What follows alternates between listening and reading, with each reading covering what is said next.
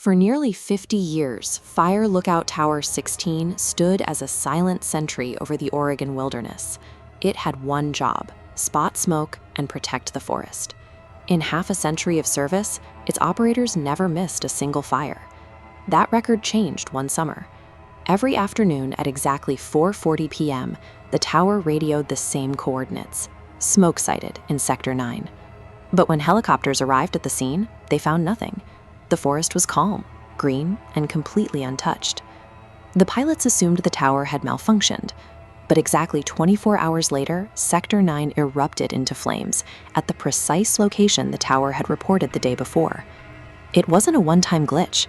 Every fire in the forest was being called in by Tower 16 precisely one day before the first spark actually ignited. The Forest Service treated the temporal anomaly as a simple equipment failure. They replaced the radio, swapped the batteries, and assigned a veteran ranger named Olivia to the tower. Her orders were to ignore the equipment and trust only what she could see with her own eyes.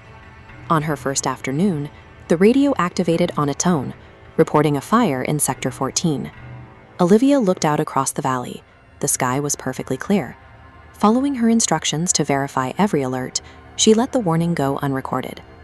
The next day, Sector 14 burned. The delay in response resulted in the total destruction of 37 cabins. Investigators blamed Olivia for the disaster.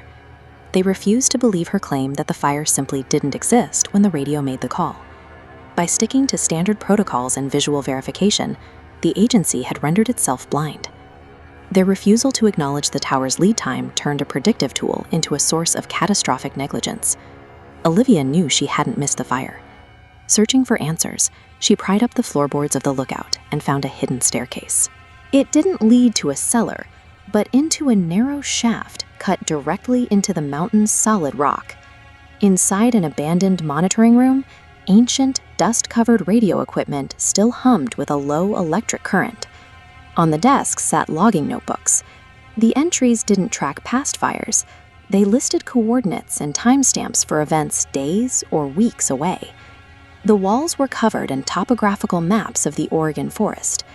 Each one was marked with red circles indicating future burn sites, and every single map was stamped with the same 3 words: already recorded. The room functioned as a subterranean repository for the future. Tower 16 wasn't just watching the trees. It was logging a history of the forest that had yet to actually happen. At 4:40 p.m., the silent room suddenly roared to life.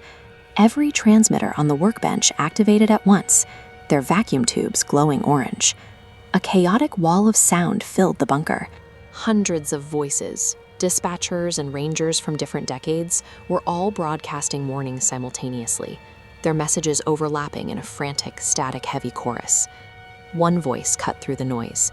It was Olivia's own voice, sounding older and exhausted. The transmission was a single terrified plea: Tower 16, do not answer tomorrow's call. As the warning ended, the power failed. The overhead bulbs flared white and then shattered, leaving Olivia in total darkness. When the emergency lights hummed back to life, the maps on the wall had changed. The circles marking tomorrow's wildfires in the valley were gone. In their place was a single fresh red ring drawn directly around Tower 16 itself. By intercepting her own future warning, Olivia had changed the signal. The tower's reporting system was no longer looking at the forest. It was now focused entirely on her. Fire didn't sweep in from the forest. It burst through the floorboards of the tower from the room below. Olivia vanished in the collapse. The agency officially blamed faulty wiring, sealed the underground room with concrete, and demolished what was left of the lookout. 7 years later, the Forest Service replaced human lookouts with this: a digital network of thermal satellites and artificial intelligence. They believed that by removing human error, they had finally mastered fire detection. On the system's first day online, it flagged a single alert: smoke detected. The location was the exact coordinates of the demolished Tower 16. The engineers, certain of their new technology's precision, dismissed the alert as a software ghost, a remnant of an old coordinate system. They deleted a file and moved on. Exactly 24 hours after the alert was deleted, the agency's primary data center burned to the ground. Every server, backup, and wildfire record was incinerated. When investigators searched the wreckage, They found a single 6-second audio file that had somehow survived the total destruction of the server racks. The metadata on the file was impossible. It was timestamped for the following day. When played, the recording contained only a whisper, "We're still reporting." The anomaly wasn't tied to the old wooden tower or the analog radios. It was part of the forest itself. Upgrading the hardware didn't stop the loop. It just gave the paradox a new way to speak.